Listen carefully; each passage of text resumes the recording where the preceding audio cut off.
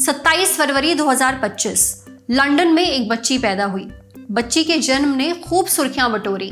वजह, बच्चे की मां का वूम्ब ट्रांसप्लांट हुआ था, यानी उनके शरीर में किसी और महिला का गर्भाशय लगाया गया था।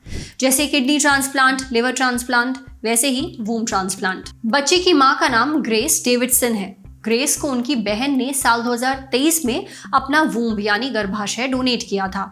उनकी वूम्ब ट्रांसप्लांट सर्जरी 8 घंटों तक चली थी। अब 2025 में बच्ची का जन्म हुआ है।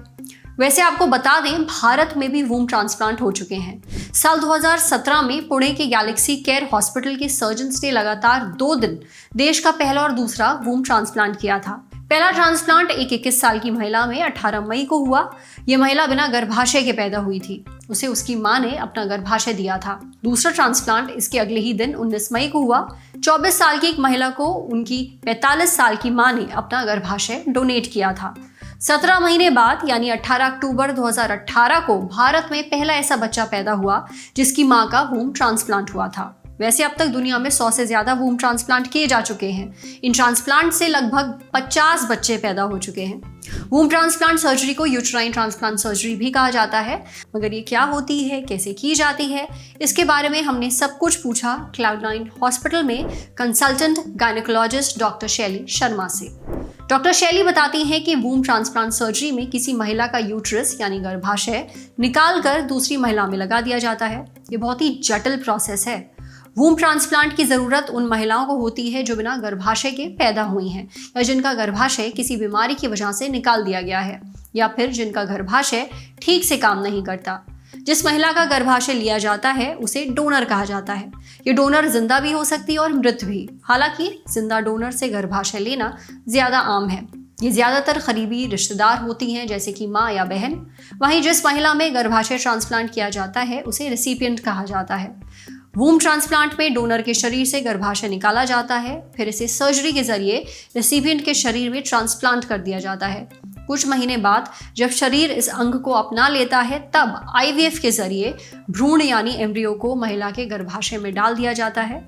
अगर सब ठीक रहता है तो महिला एक स्वस्थ बच्चे को जन्म देती है। हालांकि वूम्ब ट्रांसप्लांट का क्राइटेरिया बहुत स्ट्रिक्ट है। जैसे डोनर की उम्र 30 से 50 साल के बीच होनी चाहिए, वो पूरी तरह स्वस्थ होनी चाहिए, उसका BMI 30 से कम होना चाहिए। BMI यानी कि बॉडी मास इंडेक्स, ये एक तरह का स्केल है जिससे पता चलता है कि किसी इंसान का वजन उसकी हाइट और उम्र के हिसाब से सही है या नहीं। इसके अलावा डोनर को diabetes, HIV, hepatitis B, hepatitis C या फिर STDs यानी सेक्स से फैलने वाली बीमारियां भी नहीं होनी चाहिए। माने कुल मिलाकर उसे कोई गंभीर बीमारी नहीं होनी चाहिए। वूम्ब ट्रांसप्लांट किसी स्पेशलाइज्ड ट्रांसप्लांट सर्जन द्वारा ही किया जाना चाहिए। सर्जरी के बाद प्रेग्नेंट होने से पहले महिला को ठीक होने का पूरा समय मिलना चाहिए, कम से कम 6 महीने। इस ट्रांसप्लांट के बाद होने वाली डिलीवरी आमतौर पर C-सेक्शन के जरिए ही होती है। वूम्ब ट्रांसप्लांट को टेम्पररी ट्रांसप्लांट माना जाता है। ये जिंदगी भर के लिए नहीं होता। आमतौर पर 1-2 डिलीवरी के बाद गर्भाशय को निकाल दिया जाता है। अगर ऐसा नहीं किया जाएगा तो महिला को जिंदगी भर कुछ ऐसी दवाएं खानी पड़ेंगी जिससे इन्फेक्शंस का रिस्क बढ़ जाएगा। इन दवाओं को इम्यूनोसप्रेसेंट कहते हैं। वूम्ब ट्रांसप्लांट हर हॉस्पिटल में नहीं किया जाता है, कुछ गिने चुने अस्पतालों में ही होता है और ये बहुत महंगा भी है।